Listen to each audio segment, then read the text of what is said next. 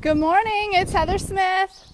This is Pistol Session 10, coming to you with Pistol's Progress. I'm here at the arena again, and we just finished up. It is a gorgeous morning. There are adorable longhorn calves and their mamas out in the pasture out there, and there's been beautiful little sunbeams coming down, twinkling on the pretty green Texas pasture. So if you are tuning in, I would love for you to let me know if you can hear me okay. The wind has died down for a second, but it's been pretty breezy, so I put these earbuds with the microphone on. The last time I tried them, it didn't seem like they made a real big difference, but I would love for you to tell me how the sound quality is.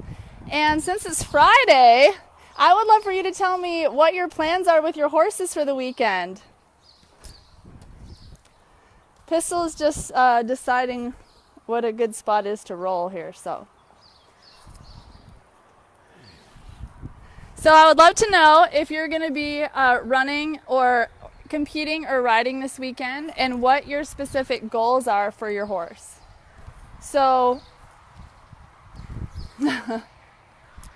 it's really hard to reach a goal that we haven't defined. So it's super important to be purposeful when it comes to that. Pistol. Just relaxing.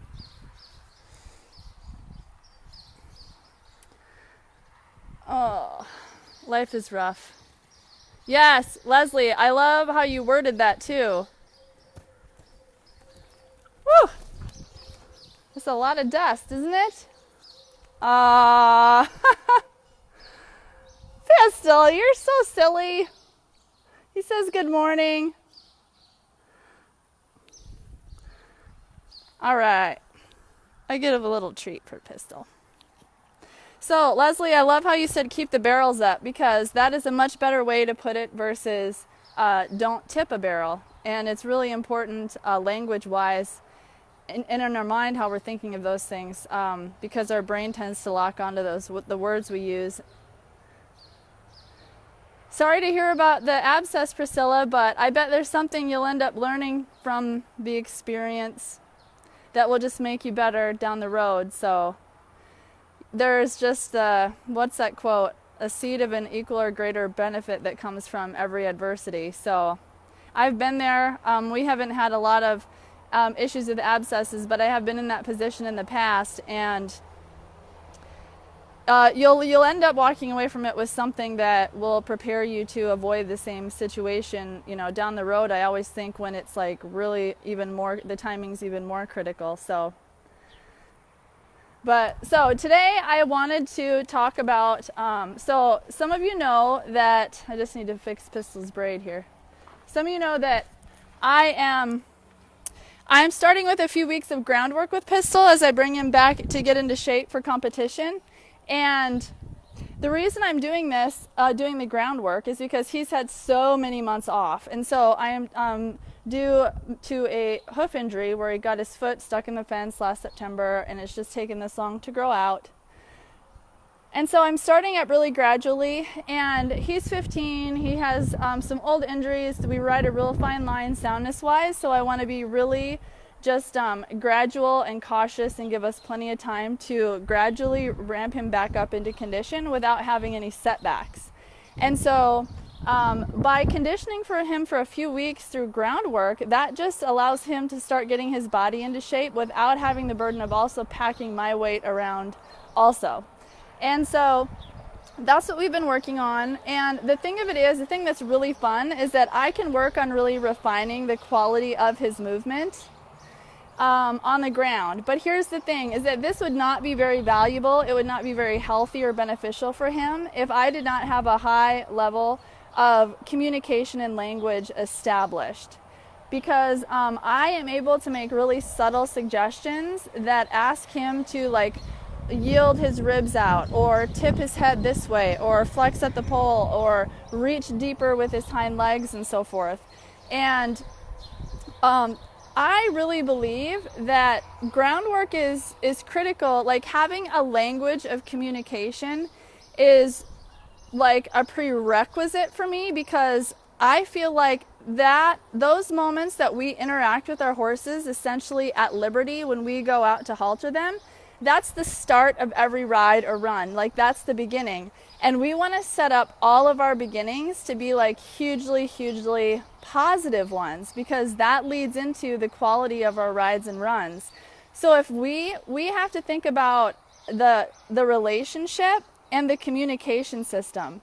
And so for as an example, if my horse didn't like offer to come to me, or they were hard to catch, I would be like, oh my gosh, one of the major foundational elements here is seriously broken, and I would fix that. I have such high standards for both the relationship and for the level of communication that isn't necessarily dependent on having a halter or having a physical connection to the horse. Now, we might use these tools to better develop that connection without them, but it's like I do not pass go. Those things have to be like established, like they are a foundational element that is necessary, I believe, or that is so critical. Like when I think about like rodeoing or traveling a lot of times you want to get your horse out of the trailer, you want to get your horse out of a stall, and you want to go move them around, but man, they're like physically, making hard runs. You want to go exercise them, right? But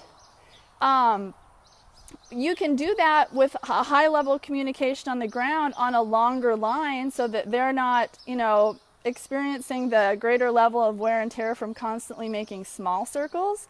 You can put them out on a longer line and ask them to move in a way that is so healthy that it's actually like therapy for them.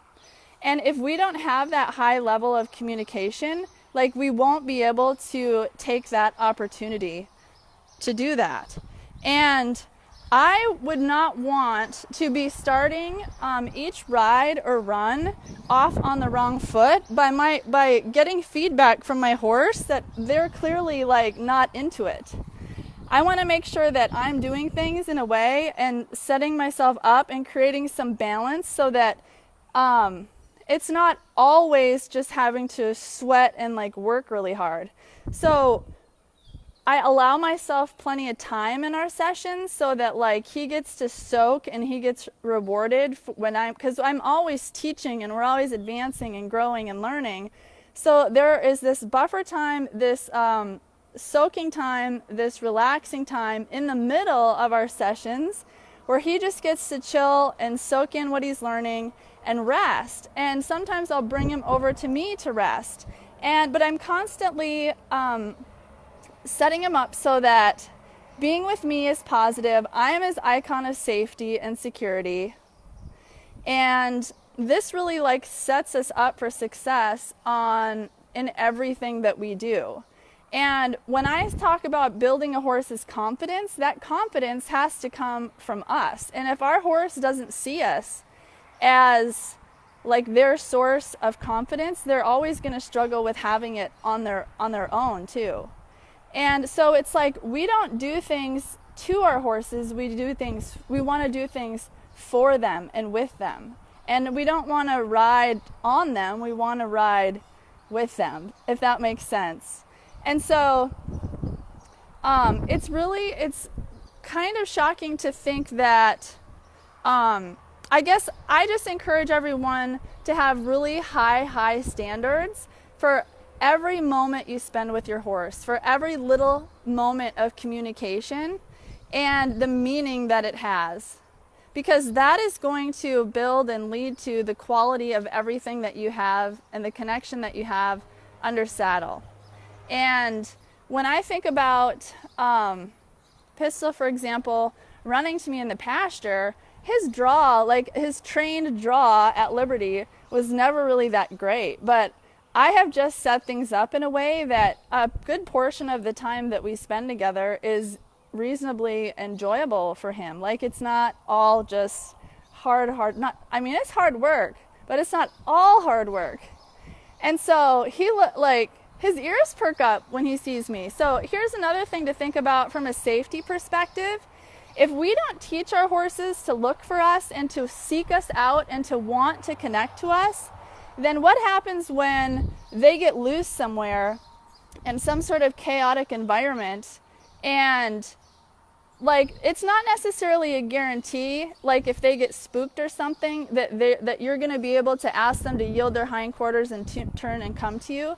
It's not a guarantee, but you're going to be a lot more likely to save your horse's life, save somebody else's life in that situation. Or think about a horse who in an accident, the reins come off somehow and they turn and they get spooked and they bolt or something. If we don't have a communication system that is not reliant necessarily on our tools, again, it's like a huge safety issue. And so we're not just setting ourselves up by having this communication and this relationship built for more success, for more positive, sessions and rides and training sessions, but we're really setting our horses and ourselves and everyone that we come in contact with up for just like a safe, successful, happy, injury-free, life, essentially. And so those are just some thoughts I had rolling around today. Pistol actually did really good. I really would love to come to you exactly at 8 o'clock and stick to that. But there's all these variables, and I really have to stick into some degree to his schedule and like do what he needs. So I did set up the camera. That was one of our delays, and I got a few photos and a little bit of video from today. So I'll be putting that together and sharing it later. But I wanted to say hi to everybody who's tuning in. Hey, Whitney. Good morning, Brandy. Yeah, Whitney, you mentioned having troubles with a third barrel, and there is an article on the third barrel at barrelracingtips.com. I bet if you just search for third barrel in the upper right corner that you'll find it. And then my book, The Next 50 Barrel Racing Exercises, has an entire chapter on the third barrel. So that's a resource to check out as well. So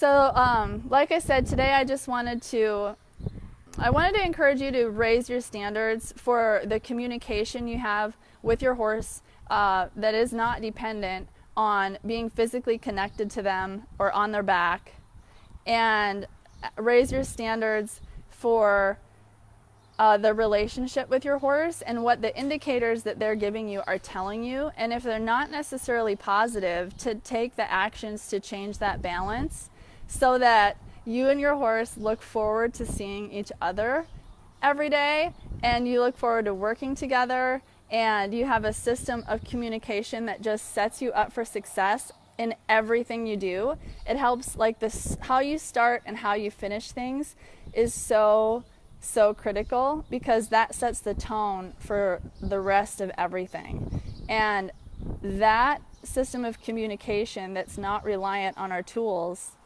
it depends on that. Like the start, and therefore the rest of every ride and run is dependent upon the start.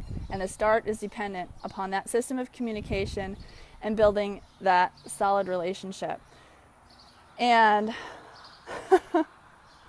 anyway, Pistol did. Isn't he? I know. I'm kind of smitten with him, so thank you, Whitney. But so those were the tips I wanted to bring you today, and I look forward to popping in with you Monday morning. We'll be back with another session. We'll probably be back home. Craig's going to work the arena this weekend.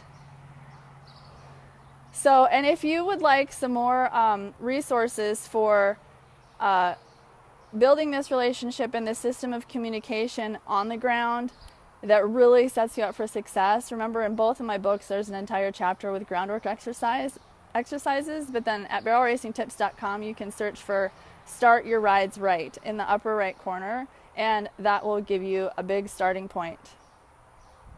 No, Brandy, I'm just doing this like right now as I'm just starting the process of getting him into shape, and towards the end of the month I'll start riding him, and I'll probably do little to no groundwork then once I start riding him. And so this is just something I'm leading up to get his body in shape without also having to pack me around because he's been off for so long. So, but then like I said though, this communication system I have is so handy. It's just like invaluable for when they need an exercise session, you know, when we're traveling a lot, but their bodies are already under a lot of stress, and we want to be able to move them around and do it in a way that is super, super beneficial to their bodies and minds. I mean, because that's what they really need, is to just like relax and go long and low and stretch out and connect with us mentally. And, you know, everything that they need between those intense runs, we can offer them with like super high quality groundwork. You know, then just save the actual riding and the training, you know, for when we're needing to do specific tuning, you know. And like I said, this is when it comes to like when you're like really hauling hard and traveling a lot, your horse is reasonably finished and they just need that mental and physical loosening and unwinding and sort of maintenance in between all the intensity of those runs. Yeah, it really like depends on your goals and where your horse is at. You know, whether they're definitely a younger horse, I would probably be doing more of this because they have more to learn, and he's pretty advanced. So, anyway, love talking to you. I'm gonna sign off, get this dirty guy brushed, and on the way home. So, thank you so much for tuning in, and I will see you again soon.